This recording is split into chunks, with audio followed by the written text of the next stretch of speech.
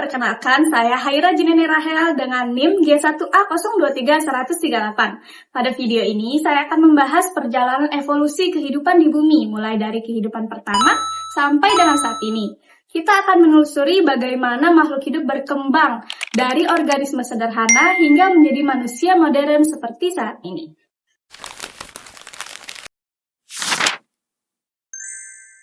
Perjalanan ini dimulai dari terbentuknya bumi sekitar 4,5 miliar tahun lalu saat kondisi bumi masih ekstrim dan belum mengandung oksigen bebas. Kehidupan pertama muncul dalam bentuk organisme sederhana, yaitu makhluk hidup mikroskopis seperti bakteri yang hanya tersusun atas satu sel, belum memiliki inti sel, dan struktur tubuhnya masih sangat sederhana. Organisme ini hidup di lingkungan air dan mampu bertahan dalam kondisi ekstrim. Seiring waktu, sebagian dari organisme ini mampu melakukan fotosintesis sehingga menghasilkan oksigen yang kemudian mengubah atmosfer dan memungkinkan munculnya bentuk kehidupan yang lebih kompleks.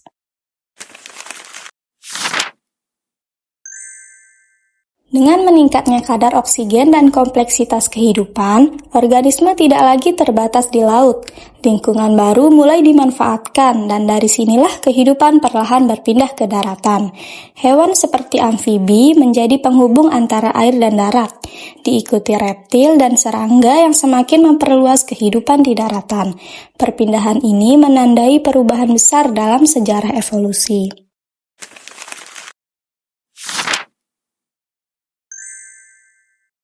Adaptasi di darat mendorong munculnya kelompok hewan yang lebih beragam. Pada era Mesozoikum, reptil terutama dinosaurus menguasai bumi. Di sisi lain, burung dan mamalia awal mulai berkembang. Kepunahan dinosaurus menjadi titik balik yang mengakhiri dominasi reptil dan memberi kesempatan bagi mamalia untuk berkembang pesat. Setelah dinosaurus punah, mamalia mengisi berbagai relung ekologi yang kosong. Salah satu kelompok yang berkembang dari mamalia adalah primata. Primata mulai berevolusi dan menyebar, dari bentuk awal hingga kera dan manusia purba. Perubahan lingkungan seperti meluasnya savana mendorong adaptasi baru yang menjadi ciri penting evolusi manusia.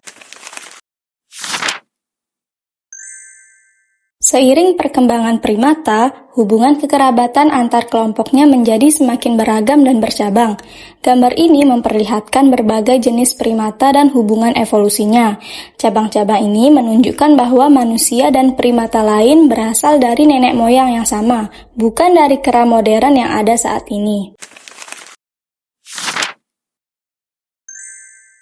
Untuk memahami hubungan kekerabatan tersebut, ilmuwan menggunakan berbagai pendekatan ilmiah.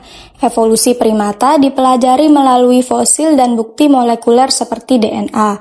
Kedua pendekatan ini saling melengkapi dan menunjukkan bahwa manusia memiliki kekerabatan paling dekat dengan simpanse dibanding primata lainnya.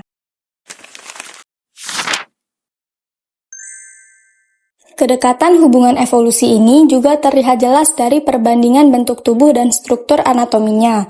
Perbandingan anatomi antara kera dan manusia menunjukkan perubahan penting seperti pembesaran otak, postur tubuh tegak, dan kaki yang mendukung untuk berjalan menggunakan dua kaki.